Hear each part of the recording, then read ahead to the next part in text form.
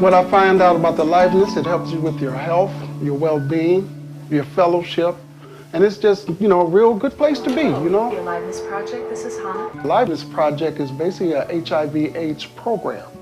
And without this program, you have people with the virus that are afraid.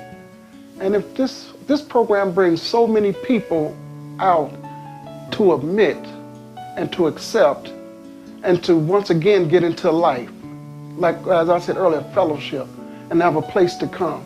And if they didn't have this place to come, it's a lot of people that would be out there, just out there, dead, walking dead. The Aliveness Project started in 1985. It was a time of people dying left and right in the 80s of HIV/AIDS. A group of people that were living with the disease started meeting in church basements and living rooms over potlucks, saying, how can we remain alive? And they continue to meet and have now grown into an organization that served almost 1,600 people last year. 1 in 4 of every person in Minnesota identified as living with HIV. We do so many different things. We do the food shelf, which served almost 44 tons of food last year. We have the hot meal program, which allows people to come in and have a meal in that fellowship, that camaraderie. Served nearly 35,000 meals last year. The therapies like acupuncture and massage and shiatsu help so much because so many of the members talk about how the disease affects their body. Old, young, black, white, gay, straight, male, female, everybody comes in through these doors. And it's it is the heart of the HIV community. I wouldn't get those treatments if I wasn't involved in the Aliveness Project. 15 years ago, at 55, I never thought I would get it. And I sure didn't think that my ex would give it to me. It was like, he was devastated. He didn't realize what he did, Mentally, to be HIV positive is, you can call it tragedy. Most people are closed up in a shell. And the virus has been public some 30-odd years. But you can imagine, without a place like this, how many people, what they would do. I see a lot of people that would just fall into a slump or back into that slump. AIDS has a very isolating effect on people. Oftentimes they feel like they don't have any friends, or maybe their friends have dumped them or their family has dumped them. So they form new relationships here at the Aliveness Project, which is just something that is hard to put a dollar figure on. I started dropping off here because I'd come down here from up north, and rather than to go out and eat, I would stop in here.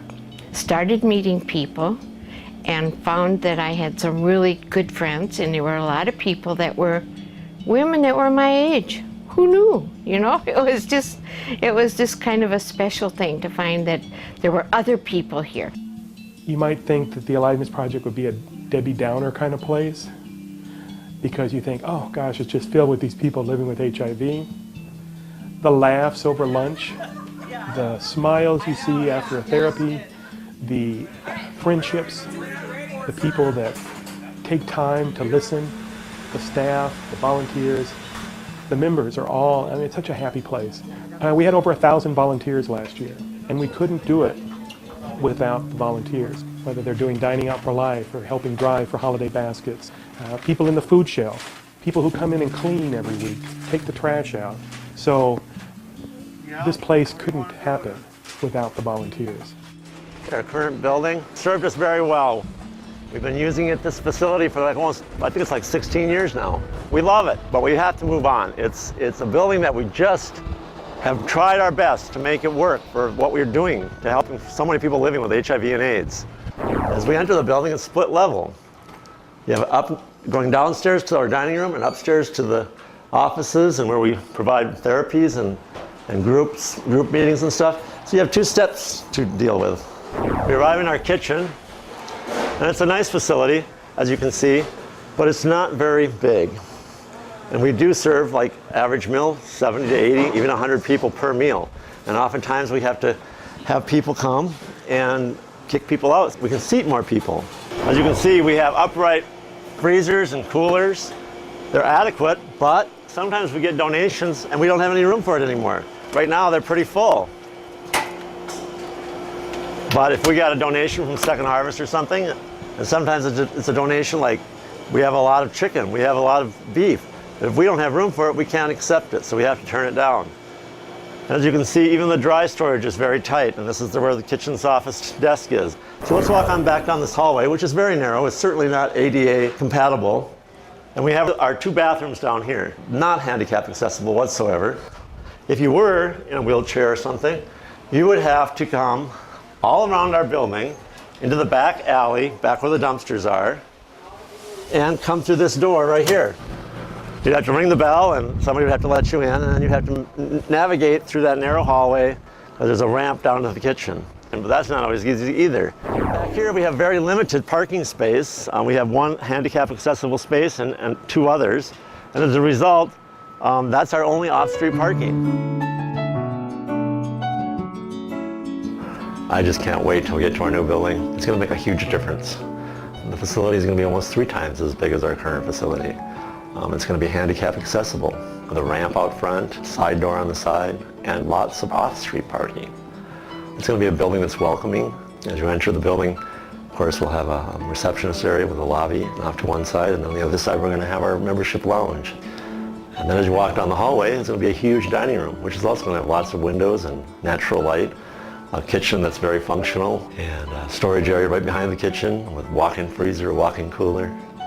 On the other side of the back of the building will be the food shelf, with once again lots of storage for the food and lots of area to work to put the food in the bags and distribute it. And then as you get on the elevator, which we don't have in this building, or take the steps, which will also be very accessible, we'll go up to the 2nd floor. And the 2nd floor is going to be divided up into like 3 basic areas. The massage, acupuncture, and shiatsu area, the rooms that we have.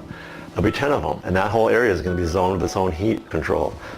And then on that floor we're going to have the case management offices, which they, right now, are like impossible to have privacy because they're not really well soundproofed. But there'll be nice case management rooms in its own area. Also on that floor we're going to have the administrative offices. Another great thing about our new building is the location, 38th and Nicollet. It's in a neighborhood that's vital, but it's a neighborhood that's been welcoming us since the beginning. So once again, we want to become part of the community. This is a disease that I believe that we're all living with in one way or another. And I think having this new building, I know having this new building is going to make a huge difference on the face of AIDS in the metropolitan area here in Minneapolis and St. Paul.